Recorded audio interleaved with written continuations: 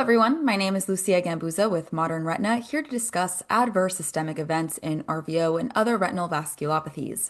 This is part of our Retina World Congress conference coverage, and I'm joined by Dr. Katherine Talcott, retinal surgeon at the Cole Eye Institute Cleveland Clinic. Dr. Talcott, thank you so much for joining us today. Thanks for having me. All right, let's jump right into the first question. Adverse systemic events in RVO is an area that doesn't always get the attention it deserves at retina meetings. What are the most important systemic associations clinicians should be thinking about when they see a new RVO patient, and how should that change their management approach? Yeah, I think it's a good question. A lot of the research has been done on sort of why people develop retinal vein occlusions, either branch or central retinal vein occlusions.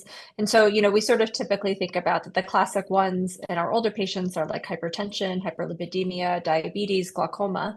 And if we have younger patients or they present with RVOs in both eyes, we think about do they have any hypercoag risk factors?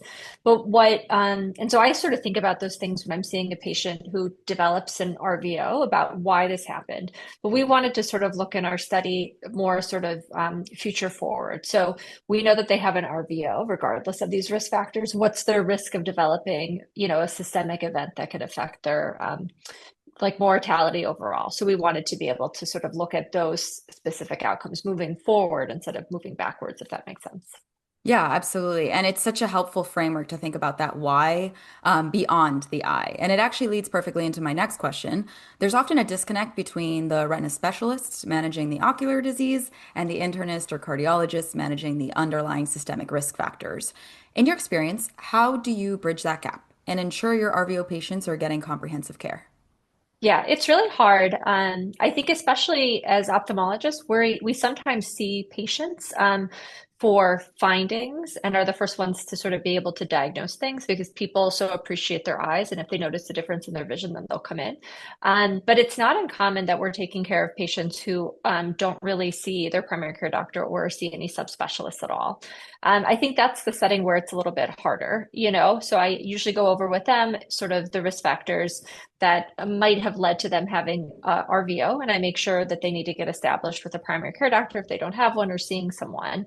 I think it's a little bit easier for sort of me and our system because I work in a large academic medical center. So actually, a lot of our patients receive all their care through our hospital system. So in those cases where patients do have providers in the system already, I can send messages pretty easily and I can look up if they've had tests before.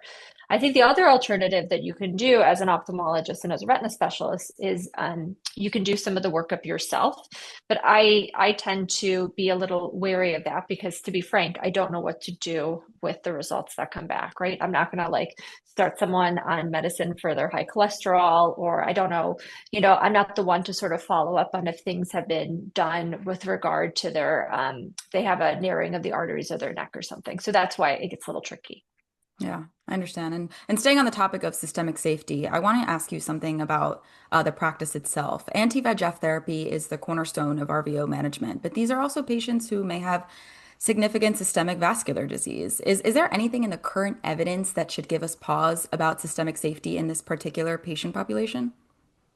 Not as far as I'm sort of concerned. There's been a lot of large studies to be able to look at the safety of these medicines. And overall, some of the studies have shown across the board that there might be an increased risk of stroke or heart attack in some of these patients. But I think as retina specialists, and I am definitely included in this, I feel like the benefits of these injections outweigh the risks. And these patients are at higher risk for having these events anyways. I think one of the things that sort of we found in our study is that those patients who might be getting more frequent injections might have worse disease systemically overall at baseline. And so maybe you want to make sure that they're really plugged into sort of, or with a primary care doctor or a cardiologist, but hopefully you'll have more opportunities to be able to do that with your injection patients since you're often seeing them every month or two. Are there specific patient profiles by age, RVO subtypes, systemic comorbidities, where you feel the risk of adverse systemic events is high enough that it should actively influence your treatment decision? Mhm. That's not something we looked at in our study specifically, but I think that's a really good question. I think about when I'm counseling patients who have retinal vein occlusions, if they have any of these risk factors, high cholesterol, hyperlipidemia, if they've had a heart problem before, that those are patients who really need to make sure that they're sort of tied in because I think they are probably at higher risk for having a repeat event. And so, I think we have the opportunity to have touch points with these patients where we can make sure that they have adequate follow-up. So sometimes, I'll just ask them or look up in our system, like, when's the next time you're seeing your cardiologist? Really helpful, I think, also too, if these patients come with caregivers or family members, to really stress that importance to their sort of caregivers or family members, because I think it can be helpful to get everyone in the team on board.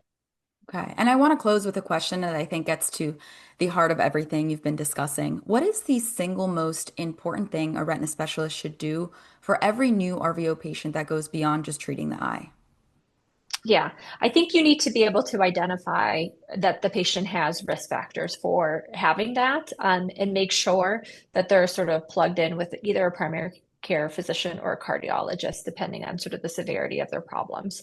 Because, these are just indicators that something else is going on with the rest of them. And those are the things that can kill them. And you obviously want to make sure that they have appropriate follow-up for the rest of their body. Dr. Talcott, this has been such a rich and informative conversation. Thank you so much for your time and for sharing your expertise with us today. Thanks so much for having me.